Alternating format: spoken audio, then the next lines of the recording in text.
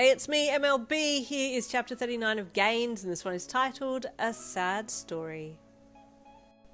I'm just here to do the progress report, the doctor said as he leaned in towards the little girl and checked her over, taking her blood pressure and listening to her heart and chest before stepping back. Everything seems to be fine, he said gently to you, after seeing your worried expression. You relaxed. Do we know what happened to her out there? You asked him. He shook his head. No, unfortunately. But there is a search going on in the area now by the police who are trying to figure out what happened. We will hopefully have some clarity in the next few days, he said before signing off and leaving the room. You let out a little sigh and adjusted yourself in the chair. It had already been a long evening, but it was going to be an even longer night by the looks of things, and you settled back and closed your eyes. You slept fitfully that night. The little one slept all night through, to your surprise, but also not surprised at the same time. She must have been exhausted, and by the morning you were ready to go home to your own bed.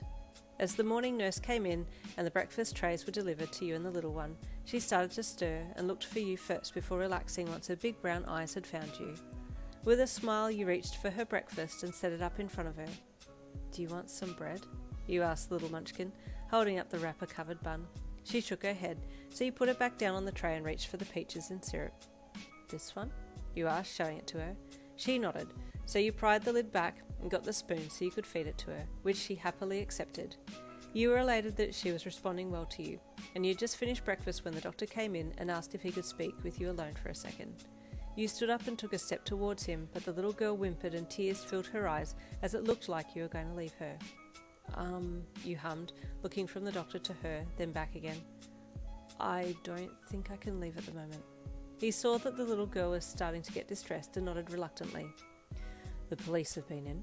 They think they know what happened, the doctor said in a hushed tone, glancing at the little girl as you took 2 large steps back towards the hospital bed and placed a hand on her head to calm her.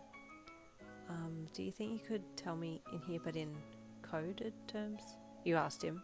He nodded and stepped towards the bed so that he could speak in a softer voice and not be overheard by people that may be passing outside.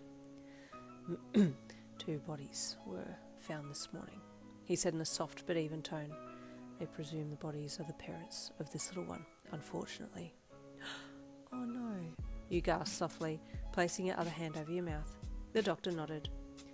It appears that the male of the pair took to the female with a sharp object and then turned the sharp object on himself. The doctor said neither survived, but they have found relatives of the woman and she's been notified that her niece is safe. As far as we've been told, this little girl's name is Shinaru and she is 1.5. Your eyes welled with tears and you looked down at the little girl who was sitting still under your hand on her head. Shinaru, you said to the little girl, and she looked up at you, obviously responding to her name. Tea, she said once she had made eye contact with you. Tea? What's tea? You wondered, but didn't say anything out loud. The auntie is going to come in and be with her so that you can go home, the doctor said. I'm assuming there will be some paperwork for her to take legal guardianship of Shinaru. You nodded, your vocal cords being seized by the reality of this sad situation. The doctor then left and you sat down in the chair, gazing sadly at little Shinaru. What happened out there, little one? Is that Mummy's blood on your clothes and face? Did you see what happened? Your heart ached. You fed the rest of breakfast to little Shinaru and then sat back. Funnily enough, you didn't feel like breakfast anymore.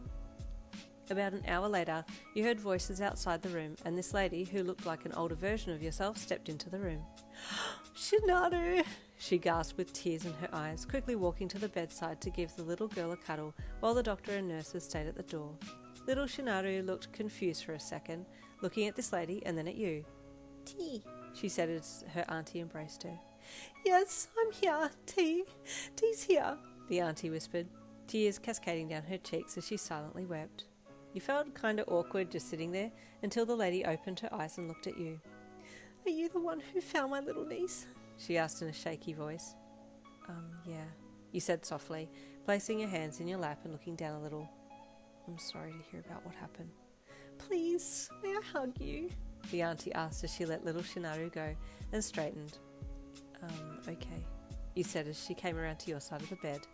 You got up quickly and she wrapped her arms around you and held you so tightly you worried that she was going to break something.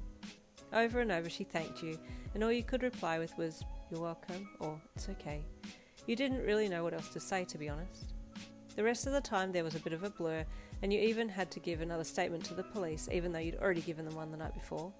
It was mentally and emotionally draining, but eventually they said you could go, so you picked up your phone. Kiri had messaged you again that morning, but there had been so much going on that you hadn't even had a chance to pick your phone up.